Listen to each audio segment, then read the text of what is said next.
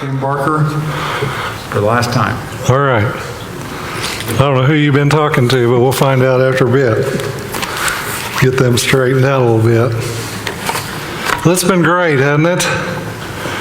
I want to thank Gail for putting this together.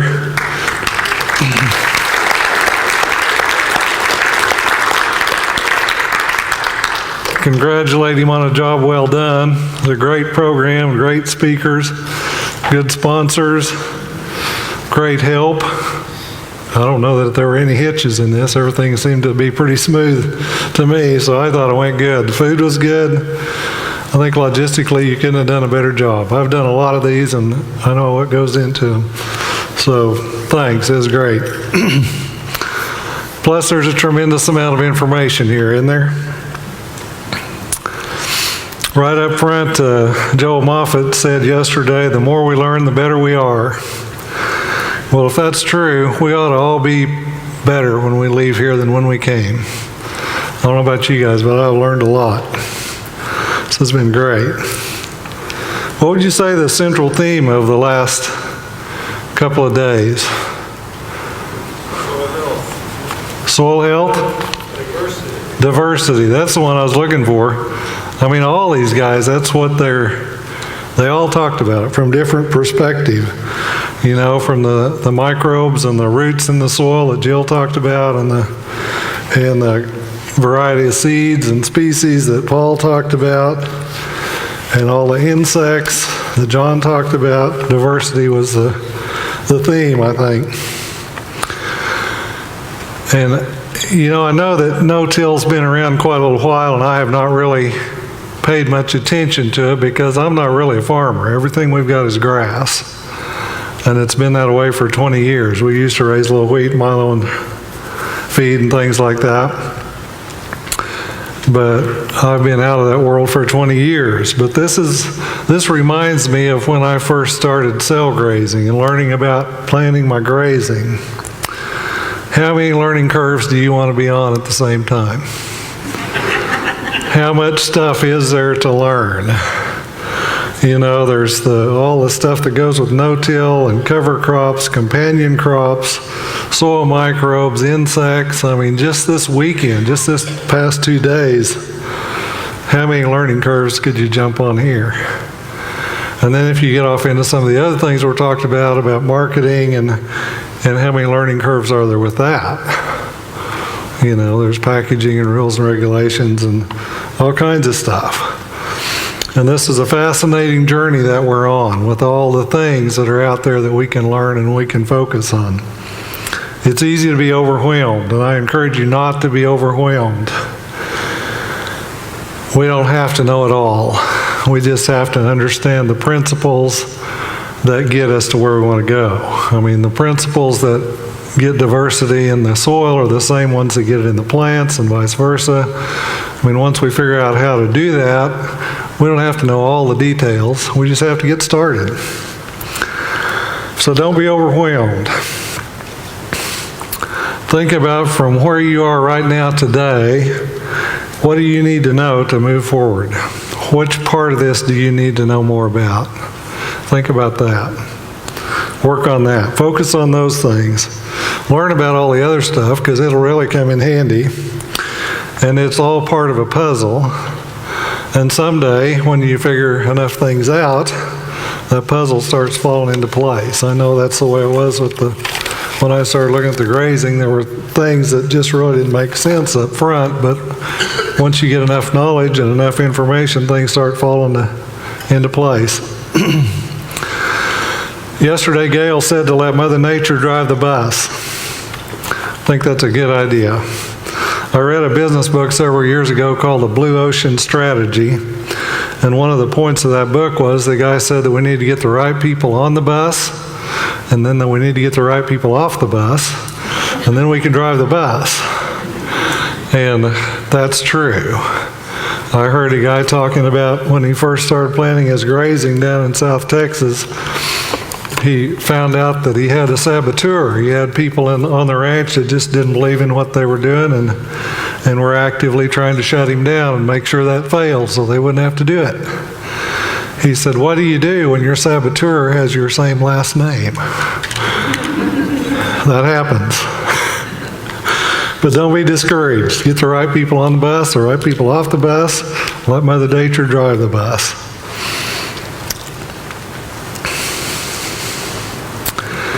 There's an old saying that says the best time to plant a tree was 20 years ago. The second best time to plant a tree is today. Well, that's true with what Paul was saying about building the soil. The best time to do that was about 10 years ago. The second best time is right now. Get started. You know, he showed slides of land that he was harvesting cover crops off from with livestock and then growing a above average corn crop off from it with no inputs. That'd be a pretty good deal, wouldn't it? I mean, if we could farm that away where we didn't have to spend any money, no inputs, that'd be great. Let's get started. Let's figure that out. And Gail talked yesterday about the Iraqi farmers coming here and how they pick the fields clean with no debris left in the fields, and about how they have a protein deficiency in their diets. I hadn't heard that part before, but I've been to Azerbaijan and Kyrgyzstan, Ukraine. They're all Soviet countries. I've been to East Germany and Czechoslovakia. A lot of those places, the people live in villages, small villages, but since they're Soviet, there's no trust at all. So every house has a compound around it, maybe a fence 10 feet tall around an acre, a half acre, something like that. They were all the same size because they were Soviet. I just don't know what that size was. But they had a small garden in there, and they had everybody had a milk cow or two and 2 or 3 sheep. And in Kyrgyzstan and Azerbaijan, the people would go out and gather up everything out of the fields. They'd pick up every grain and every stick, and you'd see them carrying bundles of sticks like what's left after you harvest cotton, just cotton sticks. And that was their hay for their livestock. We don't have to do that. We need to count our blessings and be thankful that we don't have to do that. That we know how to farm and we know how to grow. We're blessed with good soils and climates, and we can grow hay. We don't have to go pick up sticks for fuel. A lot of the world lives that way.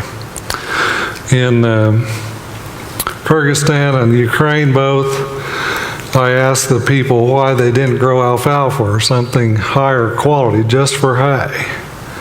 They said, we can't. And I said, well, alfalfa will grow anywhere. And they said, no, you don't understand. If we grow alfalfa, all these people in the village that have a cow and 2 or 3 sheep will graze it at night. And we won't get anything out of it. We can't grow alfalfa because they'll come and steal it all. And the alternative was to have an armed guard out there. Well, that won't work in that culture because armed guards just love to be bribed. You know, well, sure, come on in, graze these, they'll never know. So they absolutely couldn't do that at that time, and it's part of the culture.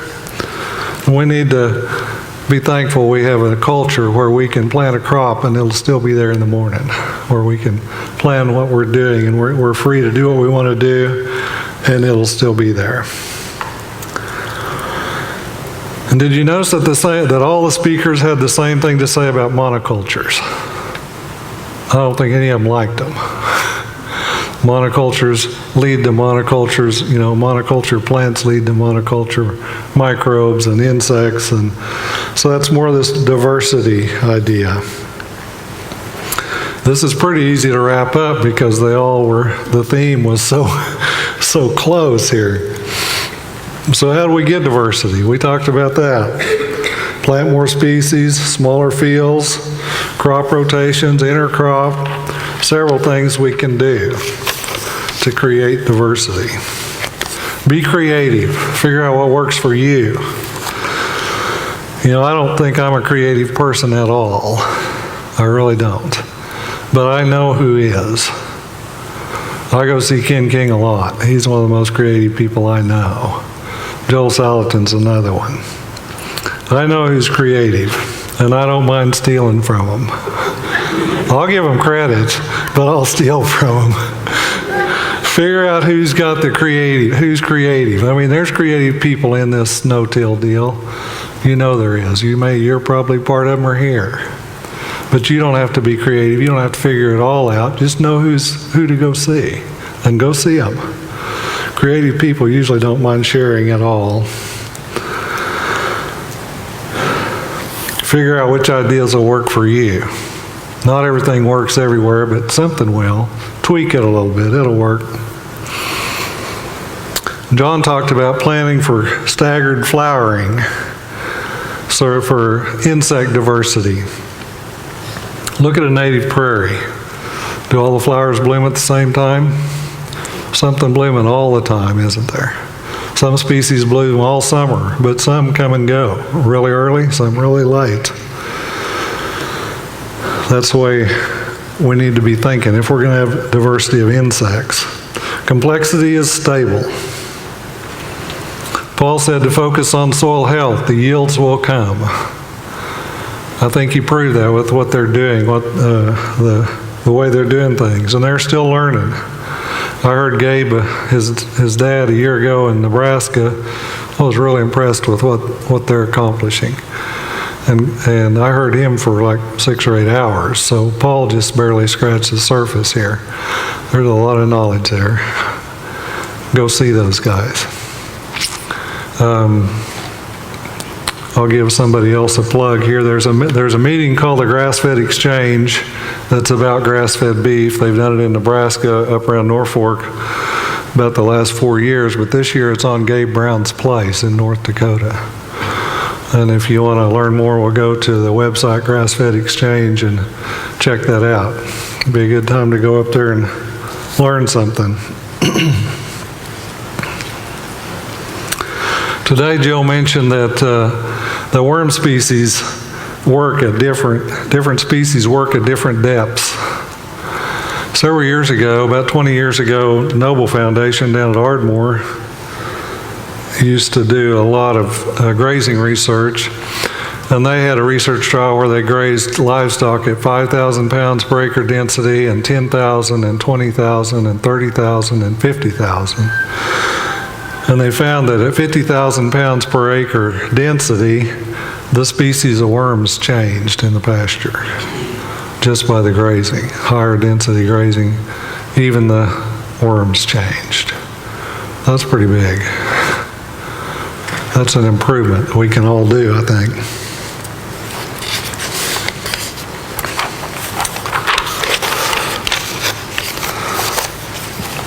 I mentioned my kids several times and how I'm kind of focused on doing things for them and getting them lined up to be able to do what they want to do. And one of the reasons I think about that is I heard Joel Salatin say one time several years ago that if the average age of the people on your farm is over 35, you're not sustainable. Now think about that one. I'm not seeing too many 35-year-olds in here. Where are they at? They need to be here.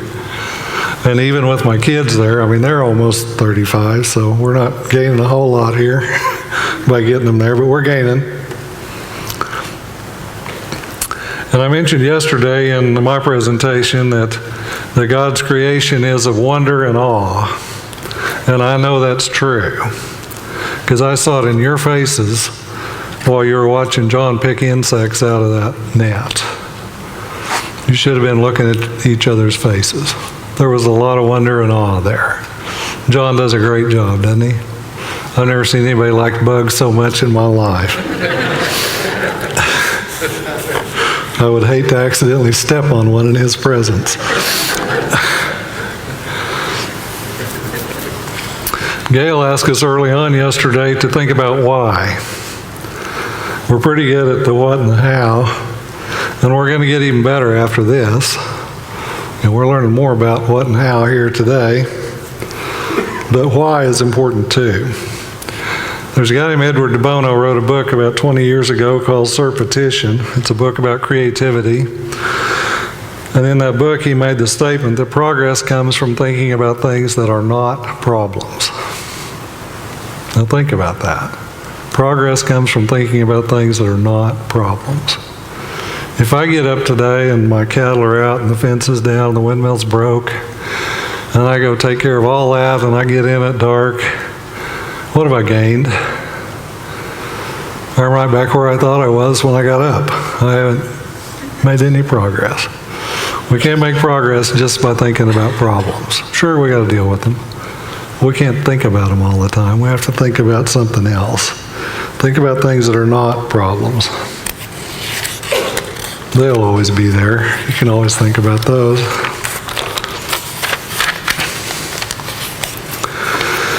I encourage you to think on the way home about 4 or 5 things you've learned here that you're going to go home and talk about, either in the house or with the neighbors or at the coffee shop. Think about 4 or 5 things you're going to go home and talk about. Because if you talk about them, you'll remember them. If you go home and don't ever talk about them, you're going to forget. Think about 2 or 3 things you're going to go home and do. Do different. Not go home and do what you were going to do anyway, but go think about 2 or 3 things you're going to go home and do. I've been to conferences where you really didn't get anything to take home and do. It's all stuff you had heard before.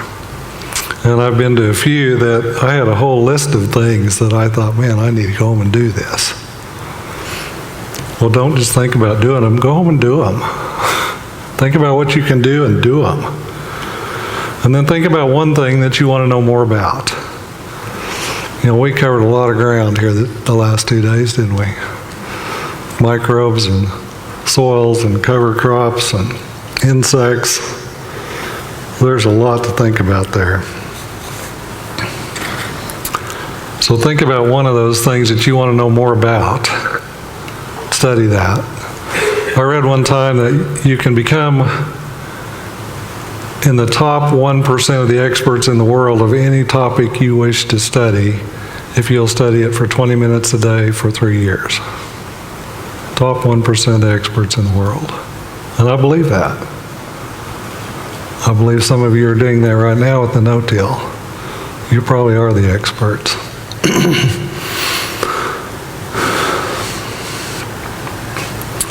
Well, I was given an hour to wrap this up, and I don't need near that much time because it was so focused. I don't know if Gail planned it that way, but the focus to me was diversity. I mean, over and over and over, we heard that message. So I'm going to end with this. I wish I had a picture of this cartoon, but I'm going to describe it to you. Do you remember the Calvin and Hobbes cartoons? Anybody remember those? Little Boy and the Tiger? One time there was a cartoon that had a picture of Calvin sitting in the yard with a lemonade type stand set up, and he had a sign that said, "Swift kick in the butt, $1."